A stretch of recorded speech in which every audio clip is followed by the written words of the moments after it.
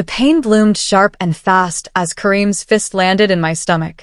His words cut deeper than any blade could. "Your money is mine now." I doubled over, clutching my side, gasping for air that wouldn't come. I couldn't believe this boy, barely 18 years old, had crossed that line. For years, I told myself he was just acting out, processing grief, adjusting to our blended family. But this wasn't teenage rebellion anymore. This was something darker, something dangerous. The living room spun around me as I tried to steady my breathing. My lungs burned. My legs trembled. I could hear the television still playing in the background, some cheerful commercial that felt obscene in that moment. I looked up at him through watery eyes, and what I saw made my blood run cold.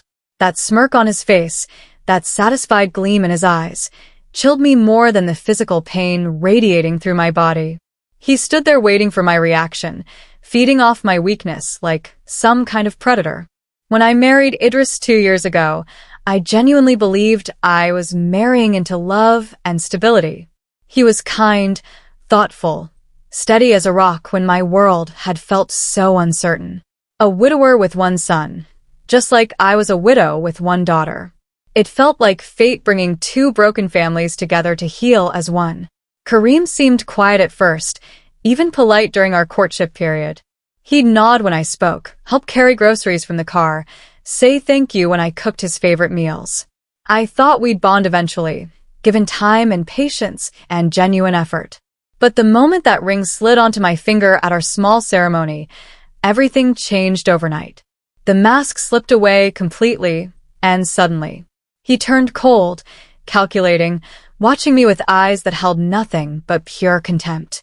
I should have listened to those early warning signs I'd brushed aside. The way he'd pause too long before answering my questions, how his jaw would clench tight when Idris showed me any affection in front of him. I wasn't just protecting myself in this nightmare situation. I had Layla, my 14-year-old daughter, my entire world and reason for breathing.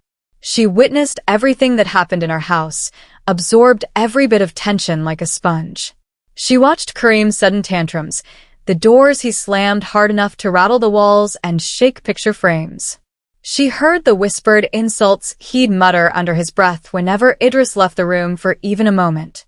At night, she'd climb into my bed like she used to when she was small, her voice tiny and scared in the darkness. "Mama, can we leave? Can we start over somewhere else? Just the two of us."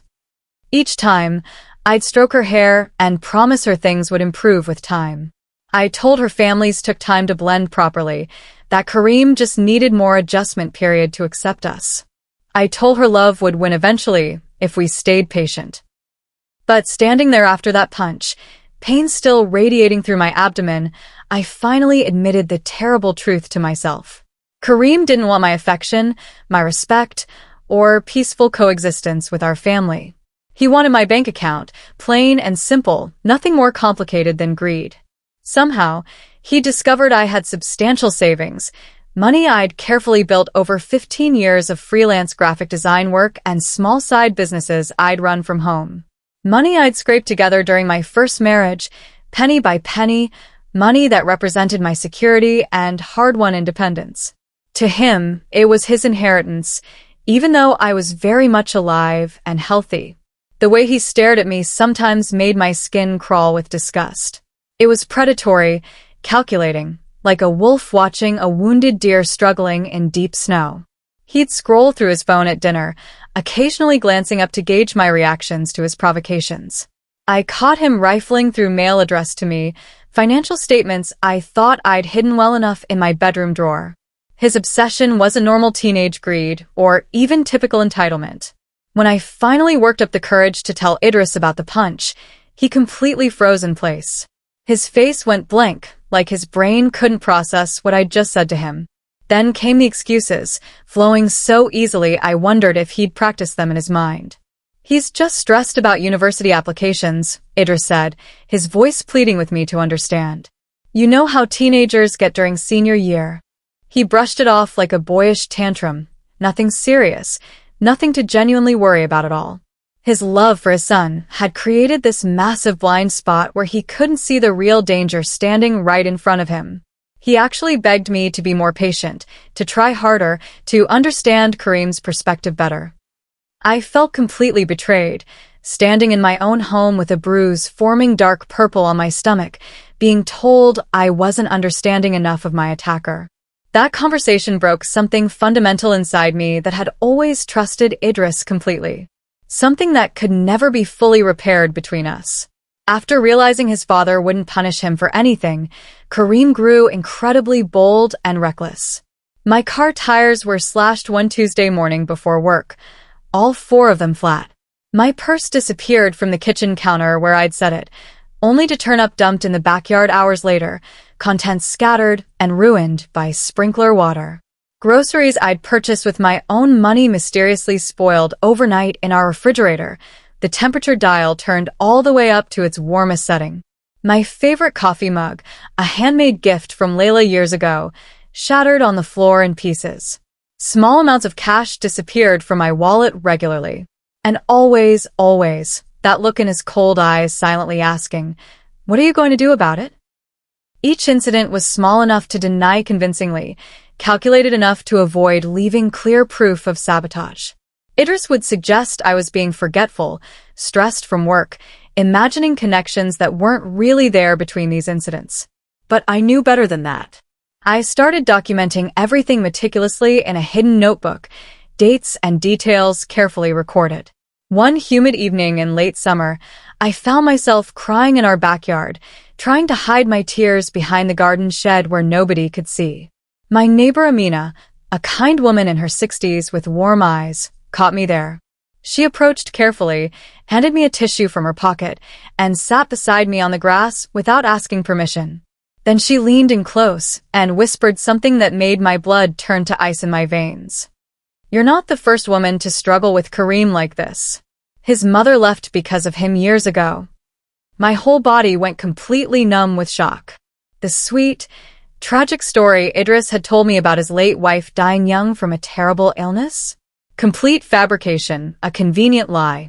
She hadn't died at all, hadn't succumbed to any disease. She'd fled from her own son's cruelty, escaped when she couldn't take the psychological torture anymore.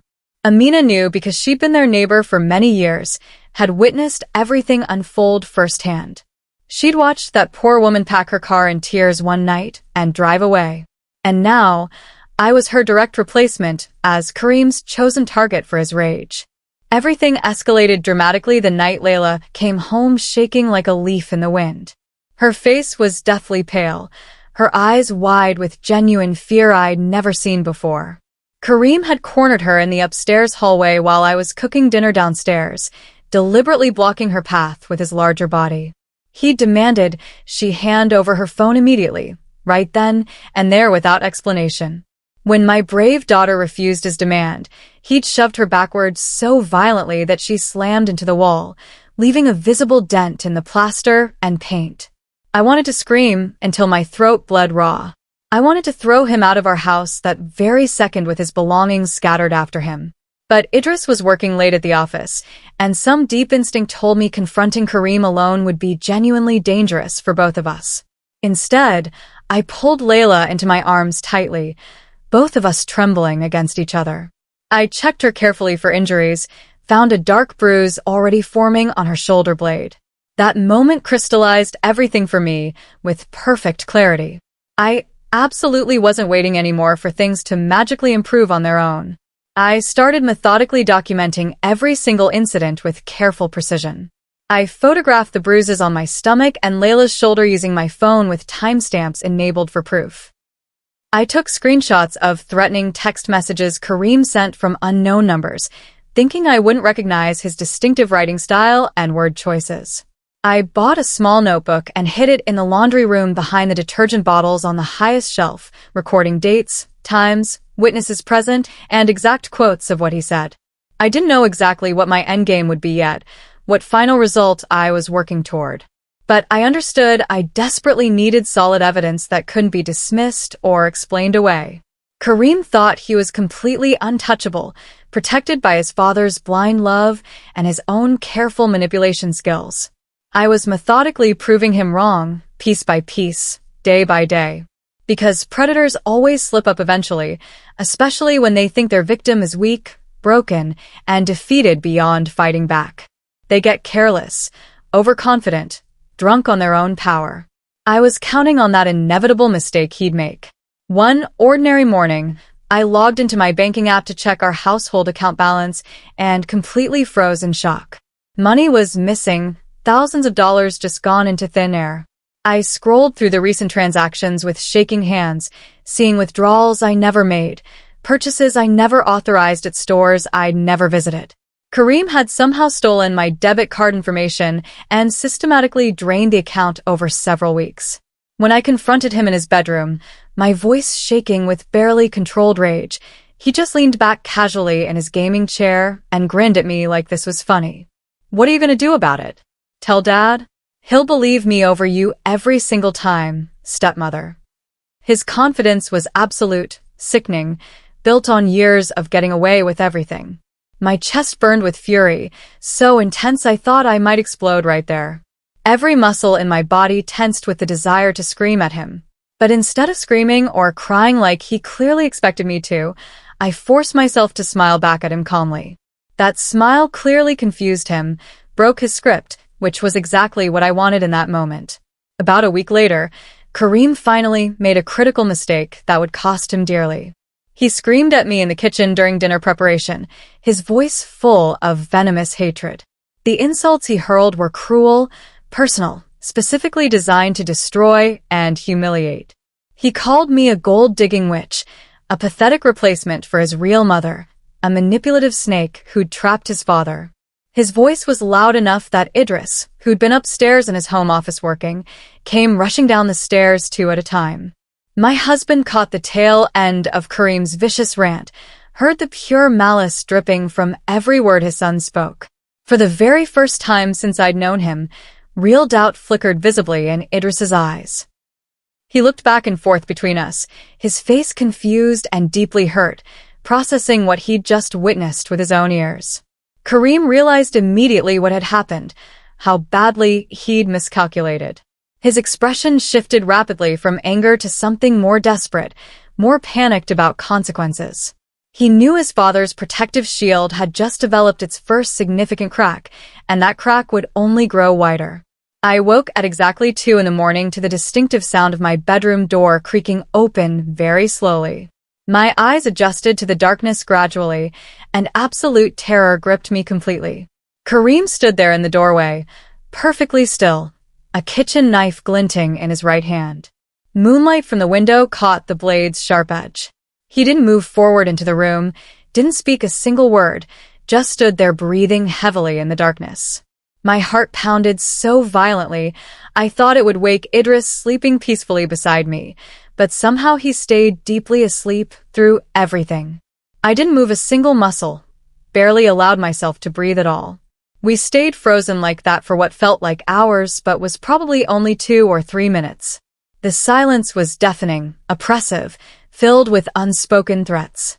Then, without any explanation or word, Kareem simply backed away slowly and shut the door with a soft click.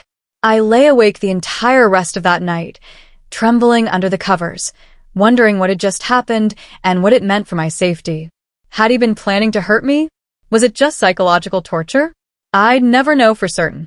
That midnight intrusion completely shattered whatever fragile composure I had left inside me. I couldn't continue living like this anymore, constantly terrified in my own home every single day. The next morning, I called a lawyer for my car during lunch break, parked far from my office building where nobody could possibly overhear my conversation. My hands shook so badly, I could barely hold the phone steady as I whispered the details like speaking them aloud might somehow summon Kareem to that parking lot. I asked about my legal rights, about restraining orders and how to get them, about divorce proceedings and custody issues with stepchildren. The lawyer, a competent woman named Mrs. Patterson, listened patiently to my entire story without interrupting once. She asked clarifying questions, took detailed notes. I could hear her typing. Then she told me something completely unexpected, something that changed my entire perspective on the situation dramatically.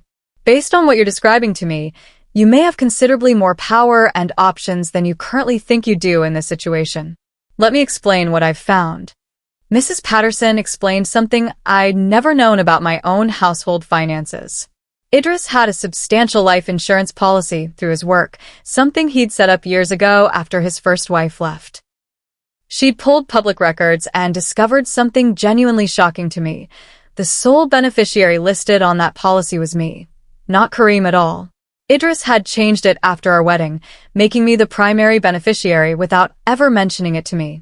I hadn't even known this policy existed until that phone call in the parking lot. Suddenly, Kareem's obsession with my personal money made perfect sense, like puzzle pieces clicking together.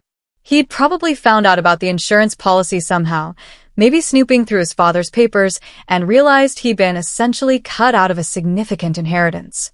He thought if he could break me psychologically, if he could drive me away, or potentially worse, Idris would rewrite everything back in his favor again. This revelation changed everything about how I understood the situation and Kareem's motivations. That's when my revenge plan finally crystallized in my mind, clear and sharp as ice cutting through fog. I knew exactly what I needed to do next. I made a conscious decision to pretend I was broken, defeated, completely crushed under Kareem's attacks. I acted meek and compliant around the house, keeping my eyes downcast submissively. I stopped arguing with Kareem entirely, stopped defending myself against his insults, just absorbed his words silently. I let him think he'd finally won this war, that his campaign of terror had successfully destroyed my spirit completely. He visibly relaxed over the following days, grew careless and overconfident in his victory. He started bragging to his friends when they visited our house, talking loudly enough for me to hear about how he was taking over the house, how his stepmother had finally learned her proper place. He laughed with them about weak women who couldn't handle strong men like himself. He thought my silence meant complete surrender and submission. But he was catastrophically wrong about that assumption. Silence, I'd learned through painful experience, is often the sharpest weapon you can possibly wield against someone who craves reaction and control.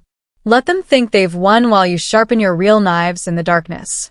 Let them grow comfortable and careless. That's when you strike hardest.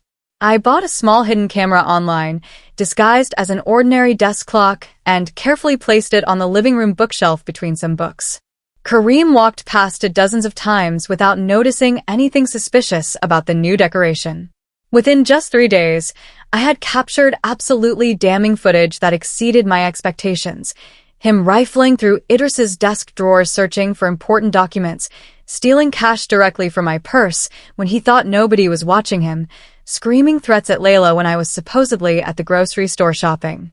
The evidence was hard, undeniable, impossible to explain away or blame on anyone else or technical glitches.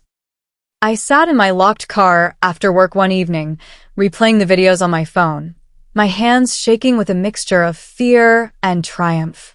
His face was clearly visible in every single clip. His actions were deliberate and unmistakable, caught in high definition. I knew exactly who I would send this footage to first for maximum impact. The question was just timing everything perfectly, waiting for the right moment when it would hurt him most. Patience had become my greatest weapon in this war. I created an anonymous email address and sent carefully edited clips to Idris at his work email address. I didn't include any explanatory message, just the videos themselves speaking their own truth. The atmosphere in our house grew incredibly heavy after he watched them that evening in his office. Idris didn't immediately confront me about where the videos came from, didn't confront Kareem either initially. He just became very quiet, withdrawn, spending long hours in his office with the door closed tight. I could see him thinking, processing, the wheels turning in his mind as he reconsidered everything. The first significant crack had formed in the previously unbreakable relationship between father and son. Kareem sensed it too with his predator instincts, pacing the house restlessly, checking his phone constantly for clues. He knew something fundamental had shifted but couldn't figure out exactly what had changed. His anxiety was visible, beautiful to watch after months of his confidence. And I wasn't anywhere close to being done with my carefully orchestrated plan. This was just the opening move in a much longer game I intended to win completely. I had so much more evidence waiting to be deployed at strategic moments. I had a serious conversation with Layla about what came next in our plan. I taught her how to record audio and video discreetly using her phone, showed her the best angles and settings for clear evidence. Every shove Kareem gave her, every whispered insult, every threat he made when he thought we were helpless and defeated, she captured all of it with steady hands. My daughter was terrified of the potential consequences, but I held her hands gently and explained this was exactly how we'd win this war against him. Together, mother and daughter working as one team, we built a case so comprehensive and strong it would be absolutely impossible for anyone to deny or explain away convincingly. We had videos, audio recordings, photographs, timestamps, everything documented meticulously in multiple locations. Kareem still walked around the house thinking he was completely untouchable, protected by his father and his own manipulative skills he'd perfected over years. He was about to discover just how catastrophically wrong that comfortable assumption was. Justice was coming for him, slowly but inevitably, building like a storm on the horizon. We just had to wait for the perfect moment to unleash everything we'd gathered. Soon. Very soon now. The breaking point finally arrived on a rainy Thursday afternoon in late autumn. Idris came home early from work unexpectedly and caught Kareem threatening Layla in the kitchen. Not on video, not reported secondhand, but witnessed it directly with his own eyes and ears. Kareem had my daughter backed against the refrigerator, his face inches from hers, his fist raised threateningly. Idris's face completely drained of color as he took in the terrible scene before him. He shouted at his son with a voice I'd never heard before, raw and broken and filled with pain. "What have you become?" The pain in that question was almost unbearable to hear echoing through our kitchen. Kareem stood there frozen, defiant, his fist still raised in the air. He was daring his father to actually choose between them finally, to pick a side in this war. The silence stretched out for what felt like an eternity, while I held my breath. Then Idris slowly turned away from his son and looked directly at me, his eyes full of tears and terrible understanding. Everything changed in that single moment of choice. He'd finally chosen to see the truth he'd been avoiding for so long. With Idris finally awake to reality, I took legal action immediately without hesitation. I filed for restraining orders against Kareem, formal bank fraud charges for the stolen money he'd taken, theft charges for the various items he'd taken or destroyed, and assault charges for the punch and the violent shove he'd given Layla. Mrs. Patterson helped me compile everything professionally, every receipt, every video clip, every photograph, every witness statement from neighbors. We had built an absolutely airtight case that no defense attorney could dismantle. Kareem wasn't just some bratty teenager anymore in the eyes of the law and police.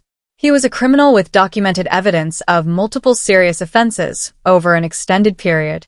The police took my statement seriously, reviewed our evidence thoroughly over several hours, and agreed to move forward with charges.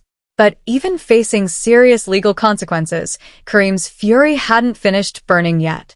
He had one desperate counterattack left in him, one final attempt to destroy me before everything came crashing down on his head. I should have anticipated what he'd do next. I should have known he'd go after my professional reputation when everything else failed him. That was my mistake.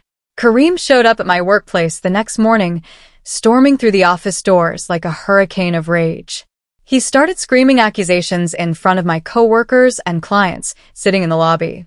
He called me abusive, manipulative, a gold digger who'd trapped his grieving father with lies. He shouted that I'd stolen his rightful inheritance, poisoned his father against him, that I was the real villain in this story. He expected public humiliation to break me finally, to turn everyone against me and destroy my career. But he'd miscalculated very badly this time. I'd already confided in my coworkers over the past months, shown my manager the evidence I'd collected, explained the situation to HR in detail. When Kareem started his dramatic scene, 3 of my colleagues immediately stood up to defend me vocally. Security was called within 30 seconds. His desperate plan backfired spectacularly, just made him look unhinged and dangerous to everyone watching. And he didn't know it yet, but the police were already watching him closely, waiting for him to make exactly this kind of mistake that would justify immediate arrest. They'd been parked outside our house all night, monitoring his movements. They arrested him that evening at our house as the sun set. The night they took Kareem away was almost anticlimactic after all the build-up and preparation. Handcuffs clicking around his wrists, blue and red lights flashing against our windows, his voice screaming denials and threats as they guided him into the police car. Idris stood in our doorway, tears streaming down his weathered face, watching his only son being taken away in handcuffs. I stood beside my husband but felt absolutely nothing for Kareem in that moment of his arrest. Not triumph, not satisfaction, not even sadness for what could have been. Just pure relief washing over me like a cleansing wave. Relief that the nightmare was finally, truly over at last. Relief that Layla could sleep safely in her own bed again without fear. Relief that I could breathe in my own house without constantly looking over my shoulder. But despite the arrest, despite the charges, I knew the story wasn't completely over yet. There were still difficult conversations ahead with Idris about our future. About whether our marriage could survive what his son had done to us. About trust that had been broken between us when he chose denial over my safety. Idris begged me not to press full charges against Kareem several days later. He came to me late one night, his voice hoarse from crying for hours. "Please, Amira. He's my son, my only child in this world. Don't do this to him." The pain in his voice was real and deep and genuine. But I thought about Layla, about her bruised shoulder, about her terrified face when Kareem cornered her in that hallway. I thought about my own bruises that had taken weeks to fade, my drained bank account, the knife glinting in moonlight at my bedroom door. I thought about all the ways he'd systematically tried to break me, hurt me, possibly even kill me eventually. I looked Idris directly in his eyes and told him the absolute truth, the words he needed to hear whether he wanted to or not. I choose survival over loyalty. I choose protecting Layla over protecting your son. I choose safety over family obligation. My voice didn't waver once during that difficult conversation. And I meant every single word completely with my whole heart. If he couldn't accept that choice, then perhaps our marriage was over too. That had to be his decision to make now. I'd made mine already, and I wouldn't apologize for choosing my daughter's safety. Kareem was eventually sentenced after pleading guilty to avoid a trial. Court-ordered rehabilitation, 3 years probation, and permanent restraining orders keeping him away from both me and Layla indefinitely. He couldn't come within 500 feet of either of us legally. Idris, heartbroken but finally clear-eyed about his son's true nature, rewrote his will completely with Mrs. Patterson's help. Everything now went to me and Layla, with a small trust fund set aside for Kareem's basic needs only if he completed treatment successfully. The house was legally transferred into my name alone for protection. For the first time in 2 long years, I finally felt genuinely safe in my own home again. Layla started smiling again, laughing at dinner, inviting friends over for sleepovers like a normal teenager. Kareem had wanted control, power, and money. He'd schemed and plotted and hurt people to get everything he felt entitled to. In the end, he walked away with absolutely nothing but a criminal record and supervised visitation with his own father once monthly. But I wasn't celebrating quite yet despite this victory. There was still one final piece of closure I needed for myself. One last thing to make this truly finished in my mind and heart for good. Sometimes, late at night when I can't sleep, I visit Kareem's social media profiles from a fake account I created. He posts constantly about how unfair life is, how evil stepmothers ruin good families, how the system is biased against men unfairly. His friends comment with sympathy, tell him he deserves better, curse me in the comments without knowing anything real about what happened. They don't know the complete truth about what he did to us, how he terrorized us for 2 years. And I don't bother correcting them anymore on his posts. I don't engage, don't defend myself publicly, don't tell my side of the story to strangers online. Because I finally learned something important through all of this terrible experience. The best revenge isn't destroying your enemy with your own hands directly. The best revenge is simply surviving, thriving, and watching them slowly destroy themselves with their own bitterness and lies. And that's exactly what Kareem is doing, day by day, post by post, comment by comment. While I'm building a beautiful life with Layla and Idris, slowly healing our family, he's drowning in his own poison that he can't stop drinking. And honestly, that's more than enough revenge for me. I don't need anything more than this. I won by surviving and rebuilding. That's the best victory possible.